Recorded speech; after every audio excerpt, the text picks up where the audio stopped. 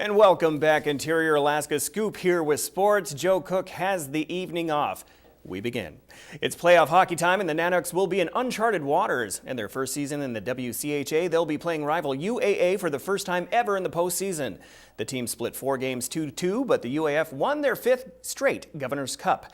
They clinched home ice with a 7-2 win on Friday, led by the WCHA scoring champion and co-offensive player of the week, senior Cody Kunuk scored a career-high 4 goals Friday and finished the regular season with 34 points. The team still has momentum. Since January 24th, they've gone 8-2. UAA won 3-1 on Saturday. Now the playoff series is the best of 3, 1-2-3. Head coach Dallas Ferguson says this will be a series that the Nooks will have to grind out. And I told the guys, I said, adversity isn't, a 2-1 hockey game isn't adversity. 2-1 hockey game is playoff hockey, so I would expect it to be tight and expect to, prepare yourself that way. You know what I mean? And that's all part of having success. If you're going to have success down the stretch like this, you've got to be able to deal with ups and downs and be able to handle them the right way. And I mean, the games last weekend they were pretty physical and, pretty emotional, so it's going to be ramped up even more with, obviously now the Gov Cup's on the line, but it's playoffs and you're fighting for your lives, and so it's going to be a really big battle, obviously. The Nanook swimming and hockey teams are in the postseason, but UAF's most successful program, the rifle team, is seeking its 11th national title this weekend. Now, here's News Center 11's Joe Cook with more.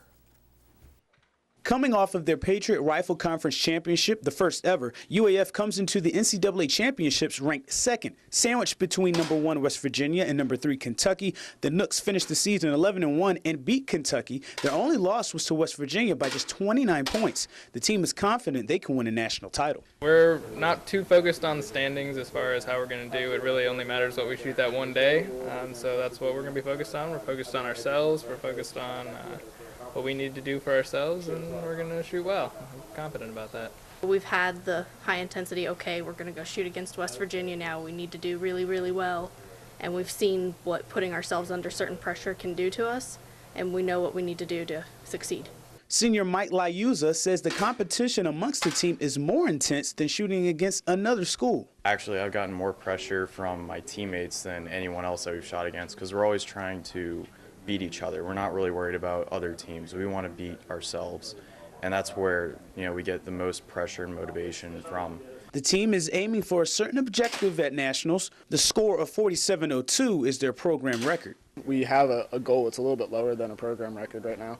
It's what we feel comfortable with shooting under that type of pressure, and we're just going to focus on that and focus on that score for ourselves and not really pay attention much to any other teams or anything like that.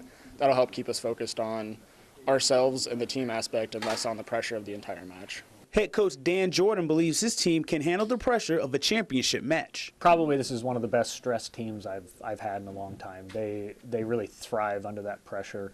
There's several of them that always step up for the big matches and really bring it out. And so as a whole, I think they're sitting in a really good place. And they've all been looking forward to this, and we've been talking about it all year.